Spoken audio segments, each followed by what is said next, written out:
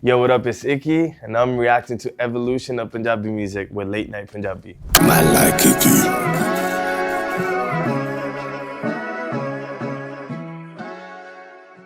These eras from up close, and we want you to have an honest perspective on how things change and what still matters.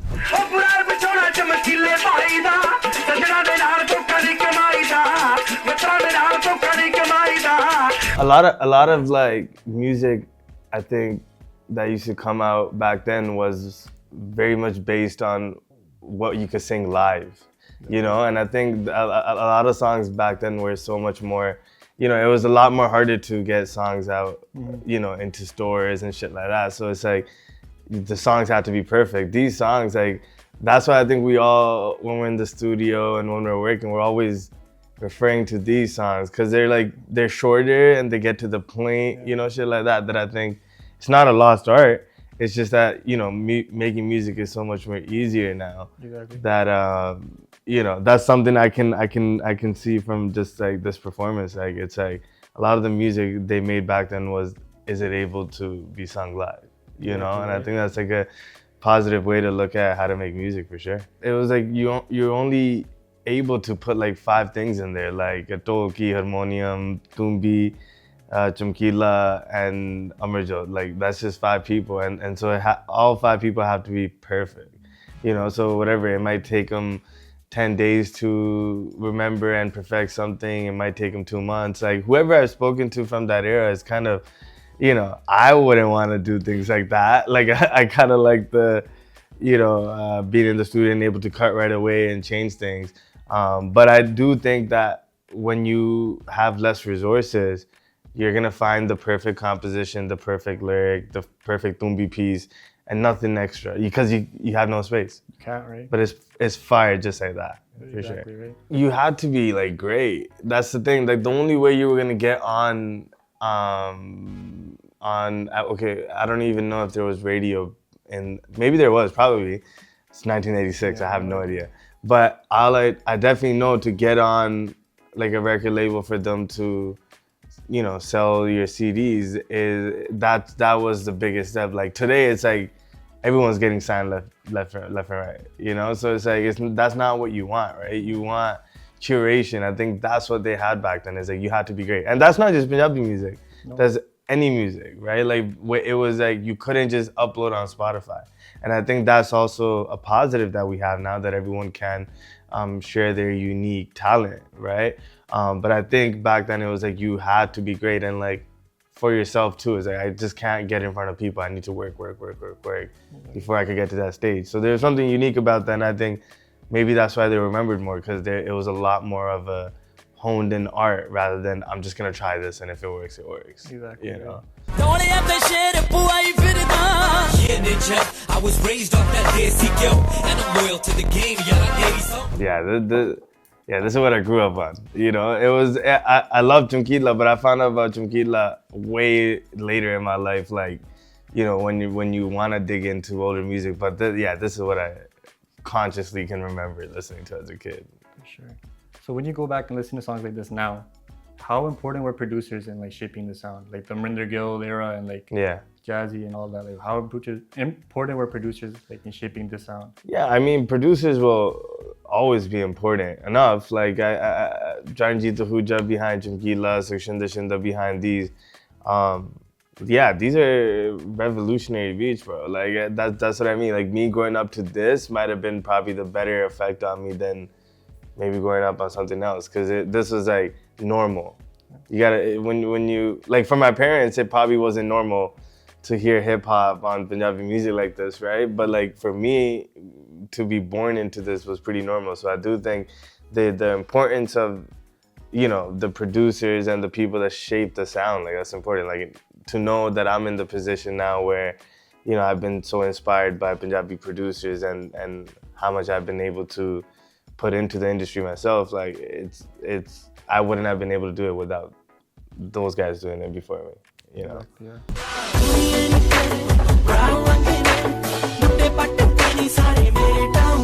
This is probably the start of like pop music in Punjabi, which is like, again, like this history sometimes, like, writes itself. Where now, how many years later are we? 13 years later.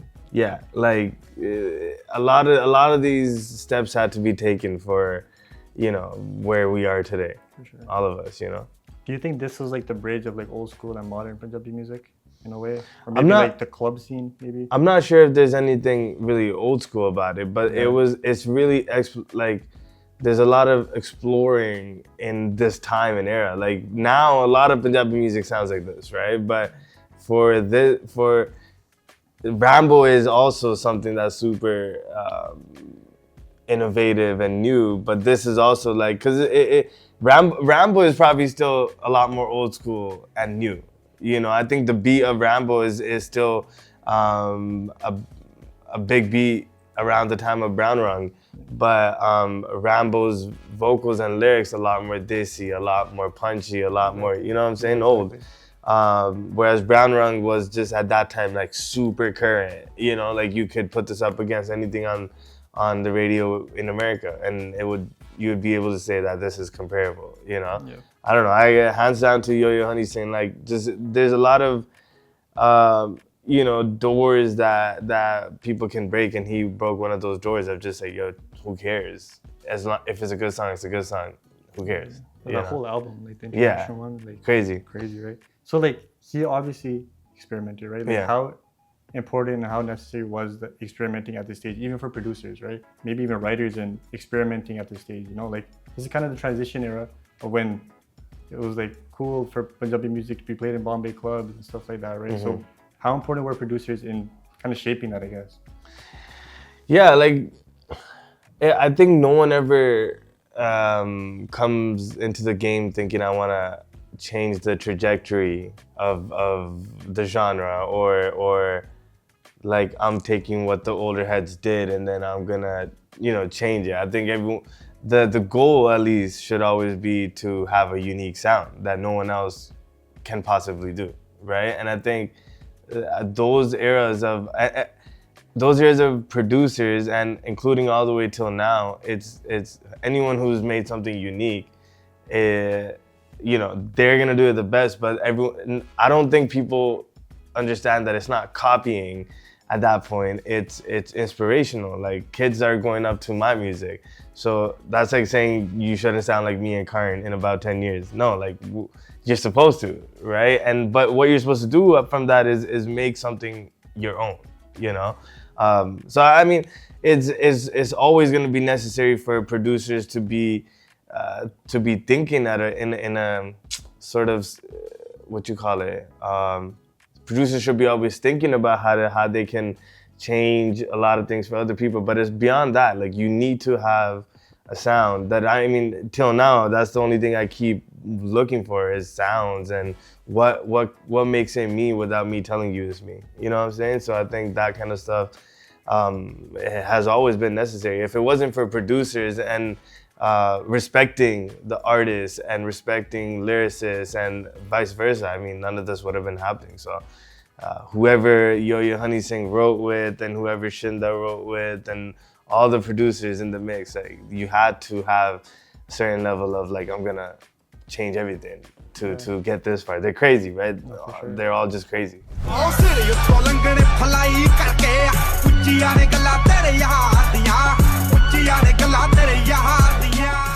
Yeah, this song is just like freaking memories, bro. Like you gotta understand, this was all of ours period, of come ups and there's this one song with Deep Jandu that Sidhu had wrote, Agyan Hi Balutam, and like all of us are in it. Like that, the whoever came out in 8 years ago, which is a long damn time ago. So it's crazy. Like this is like our come up, and I don't know. This song is always gonna be like just the memory, like of an era. Like this is where we were at that time. It's crazy. Okay, so for this song, like this era, I kind of think of it as like a culture reset. Mm-hmm. Right? Like everything that was before didn't matter at that time. Right. Drop, like that's all we're gonna listen to is Sidhu and Ajla, right? Right. So what changed? Like what was different? What made it like cool in a sense for someone like me or you or someone to like But like even someone like who doesn't know Punjabi music was listening to so hard. Like what made it different? Well, it's funny that we're actually breaking this down because this is when it got old school again. I think so. You know, I think there was a lot of stuff in the middle of the Honey Singh era, or even maybe Rambo era, up until this era, that was like, it was traditional. People loved it. It was very niche, but the whole Honey Singh and kind of like hip hop and you know, that pop sense. Maybe you could say Bollywood sort of had a lot of say in what was going on with Punjabi music, because everyone was trying to, at that time, was like, yo, this got to get to Bollywood. Like I remember when I was young, it was just kind of like, I didn't care about going to Bollywood, but what I would hear was like, yo, Bollywood, it's like, all right, cool, right? Now we don't care, right? But at that time, because it was like that, maybe everyone was making music sort of in a certain way, right? Kind of in that way to sell to that audience, which is not bad. It worked. And then there was the sort of the antis who were making super desi music.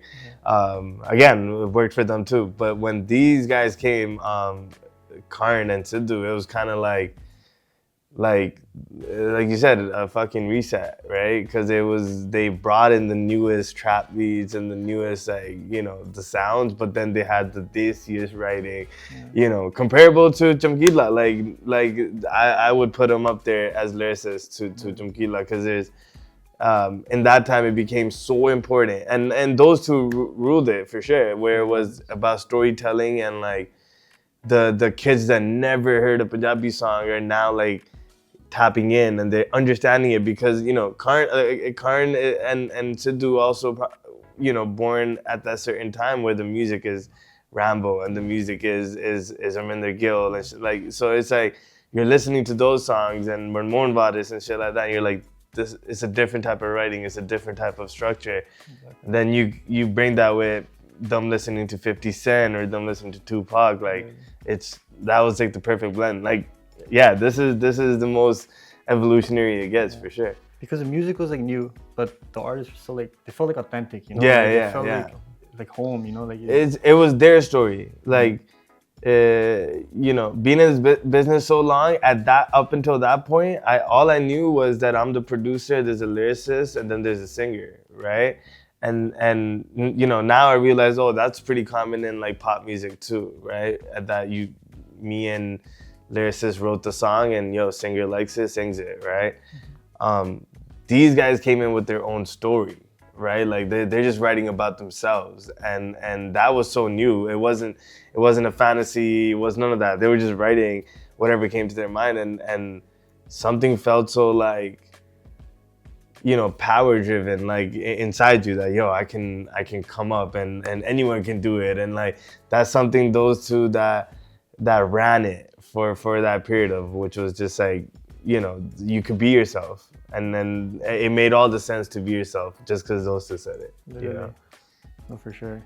Because even around this time, maybe a little bit later, obviously not during this time, but this is when producers started becoming more visible and respected. Yeah. Why do you think that is? Who? Like yourself, for example, or Bird, or anybody. It was never like, okay, this person produced this song, but now that's all that anybody cares about. Why? What happened?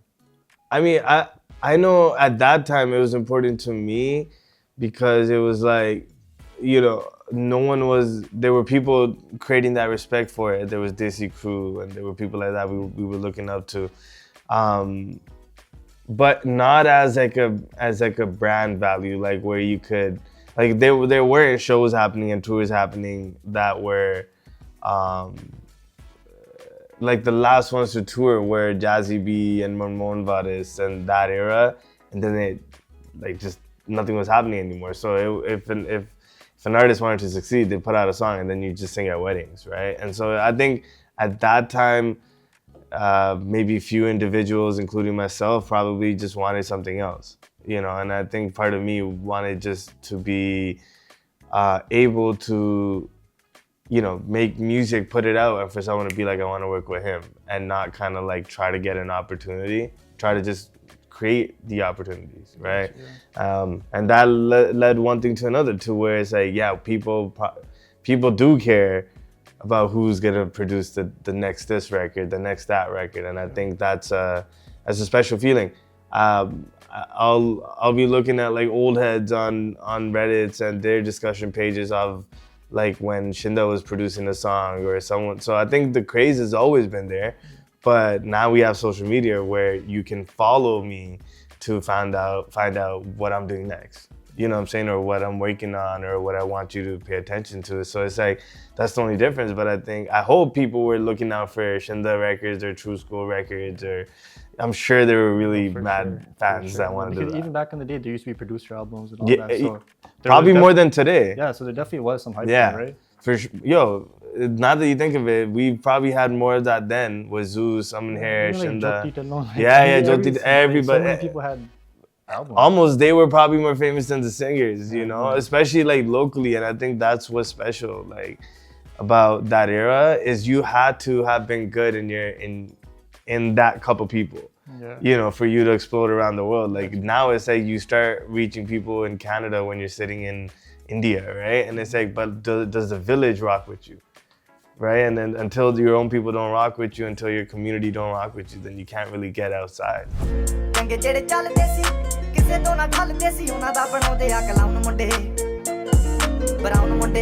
I was stuck in India for like my 3rd, 4th month at this point because of COVID. And this dropped, like everyone knew it freaking dropped. Like that's what a good song is. Like it was the biggest buzz of that year for sure. Super sick. Yeah, like I was thinking of what song to represent this era. I feel like this is a good one because it dropped during COVID, and even when they teased it, that Sidhu and Nav in the teaser, everyone was like, oh shit, he's featuring, but nobody knew what was going on, and when it dropped, it took some time, but it became the biggest thing, right? Yeah. So I'll show you this song kind of represents this era, but I want to ask you, like, what excites you about Punjabi music today? Yeah, I mean, ever more so, it's become so like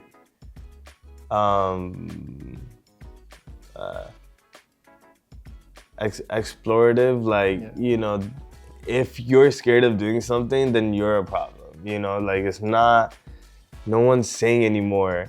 The internet kind of adjusted its ways too, to where it's like, I think people are a little more okay with when they don't like something, you know, compared to before when it was kind of like everyone wants to voice their opinion, right? But I think now it's become, you know, in a place where everyone can share, and like there could be a pop artist, there could be a full traditional artist, there could be someone with a high voice, a low voice. Like, you know, when this came out, everyone wanted to do low voices, you know, but now it's been 5 years, so people are adjusting, and I think this is probably the best time to be in Punjabi music, just because there's no more rules of like you gotta be, you know, tamed between something. Now you can do whatever, and hopefully you make a good song. Right, yeah.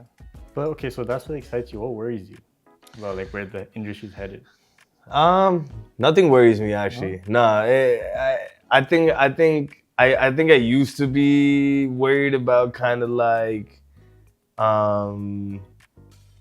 you know, the industry not catching on. But then I also understand that during these eras that we're talking about, it's very unique that these are the songs you picked. And I think for me and for any of my peers that are producers or anybody involved in the game, is that at some point in 20 years, you want to end up on this list. You know what I'm saying? So I think when these are the kind of things that are happening throughout in history, I'm sure the songs that keep getting added to the list of evolution are gonna be in good hands. For sure. You know? Yeah. So what advice would you have for young producers coming up today? Be real, man. Like in recent times, I've gone through a lot of like just relationships and meeting people, and it's become a people's business, right? As it was supposed to be. It's meant to be who you know always, right? And I think being able to always like treat my relationships as a, you know, as a temple, and really respect my business of making music. I think that has allowed me to get really far. You know, I don't think I'm the greatest producer by no means. I don't think I am as good of an arranger than a lot of people I know, but I do think there's something that I can hear and I'm confident about it. You know, like it is that confidence allows me to make the music, but then being real with the people I know and